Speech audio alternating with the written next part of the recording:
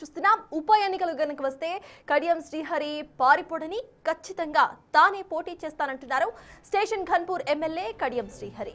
Speaker ను కలిసి కొంత సమయం కావాలని అడిగినట్టుగా చెప్పారు. స్పీకర్ నోటీసులపై త్వరలోనే సమాధానం కూడా ఇస్తామని అన్నారు. న్యాయ నిపుణుల సలహాలు తీసుకుని వివరణ ఇవ్వాలని ఇన్ని రోజులు ఆగినట్టుగా కడియం తెలిపారు. స్పీకర్ నిర్ణయానికి కట్టుబడి ఉంటానంటున్న కడియం శ్రీహరితో మా ప్రతినిధి వేణు ఫేస్ టు ఫేస్.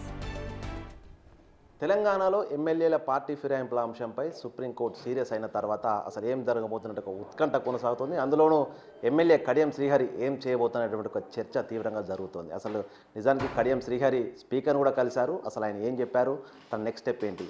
ప్రస్తుతం మనతో స్టేషన్ ఘన్పూర్ ఎమ్మెల్యే కడియం శ్రీహరి గారు. సార్ నమస్తే. స్పీకర్ గారిని కలిశారు, ఏంటి అసలు ఏం చెప్తున్నారు, మీ నెక్స్ట్ ప్లాన్ ఏంటి? అసలు ఎమ్మెల్యేల ఫిరాయింపుల కేసుకు సంబంధించి సుప్రీంకోర్టు తీర్పు ఇచ్చిన తర్వాత స్పీకర్ గారు మరొకసారి ఎమ్మెల్యేలందరికీ కూడా నోటీసులు ఇచ్చారు. నాకు కూడా నోటీస్ ఇచ్చారు. 23 నవంబర్ లోపల మీ వివరణ ఇవ్వాలని అడిగారు. అయితే నిన్నటి రోజున నేను స్పీకర్ గారిని కలిశాను. నాకు మరికొంత సమయం కావాలి, నేను కొంత సమాచారాన్ని సేకరించవలసిన అవసరం ఉన్నది, లీగల్ ఎక్స్పర్ట్స్తో కూడా మాట్లాడవలసిన అవసరం ఉన్నది, కాబట్టి నాకు సమయమని అడిగాను.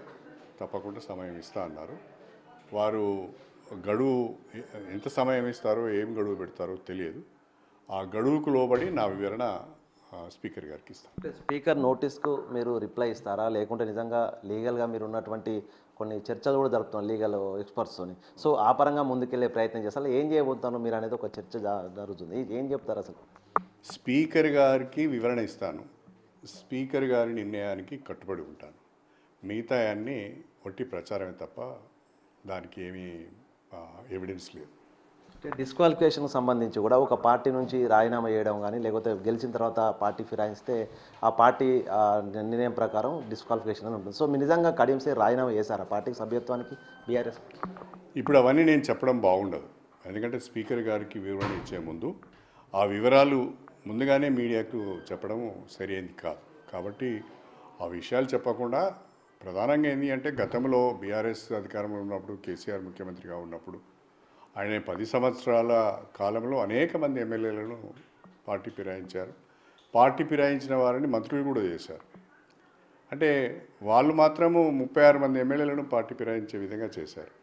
ఇప్పుడు ఇక వాళ్ళు చాలా మాటలు మాట్లాడుతున్నారు.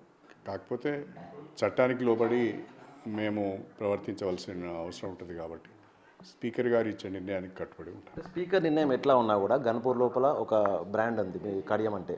సో ప్రస్తుతం నిధులు కూడా ఆ విధంగా తీసుకొచ్చారు, పనులు జరుగుతున్నాయి. సో ప్రతిపక్షాలు కూడా ఎన్నికలు వస్తున్నాయంటూ కొంతమంది మీసాలు కూడా తిప్పి మేమే గెలుస్తామని చెప్తున్నారు. సో అంటే మీరు నిజంగా యుద్ధం ఇక్కడ ఎన్నికల యుద్ధానికి సిద్ధంగా ఉన్నట్టేనా ఒక స్పీకర్ నిర్ణయం పక్కన పెడితే?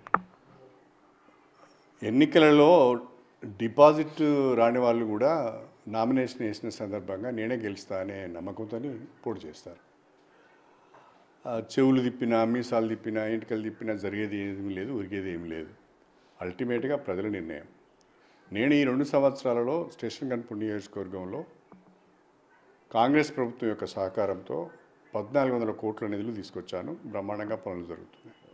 ఇవాళ ప్రతి గ్రామంలో సీసీ రోడ్లు అయినాయి, ప్రతి గ్రామంలో ఇందిరమ్మ ఇళ్ల నిర్మాణం జరుగుతున్నది.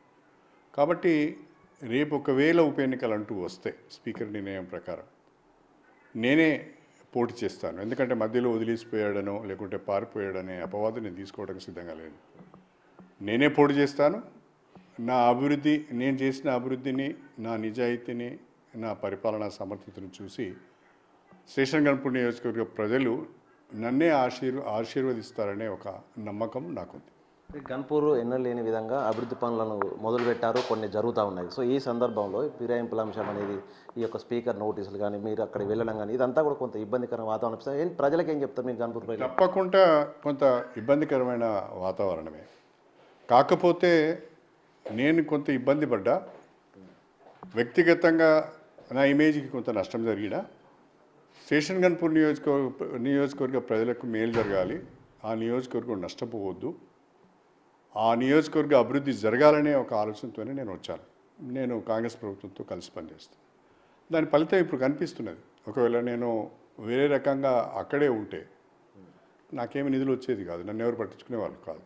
కాబట్టి నియోజకవర్గ ప్రజల కొరకు ఇవాళ కాంగ్రెస్ ప్రభుత్వంతో కలిసి పనిచేస్తుంది. ఎవరైనా ఏ ఎమ్మెల్యే అయినా తప్పకుండా ప్రభుత్వంతో కలిసి పనిచేయాలి. నేను చేస్తున్న పని కూడా అదే. ప్రభుత్వంతో కలిసి పని చేయకుండా కయ్యానికి పోతే జరిగేది ఏం లేదు, ఒరిగేది ఏం లేదు, నియోజకవర్గ ప్రజలకు నష్టం జరుగుతుంది. అంటే స్పీకర్కి రిప్లై అంశం పక్కన పెడితే అనూహ్య నిర్ణయం తీసుకోవాల్సి వస్తే కడియం శ్రీహరి రాబోయే ఉప ఎన్నిక జరిగితే అందులో పోటీ చేస్తారా, ఏం చెప్పదలుచుకున్నారు? ఉప ఎన్నిక జరుగుతుంది దానికి సంబంధించి స్పీకర్ గారి నిర్ణయం ప్రకారం ఉప ఎన్నికలు వచ్చే అవకాశం ఉంటే తప్పకుండా పోటీ చేస్తాను. Okay, thank you sir. ఇది మొత్తానికి గన్పూర్ ఎమ్మెల్యే కడియం శ్రీహరి స్పందన.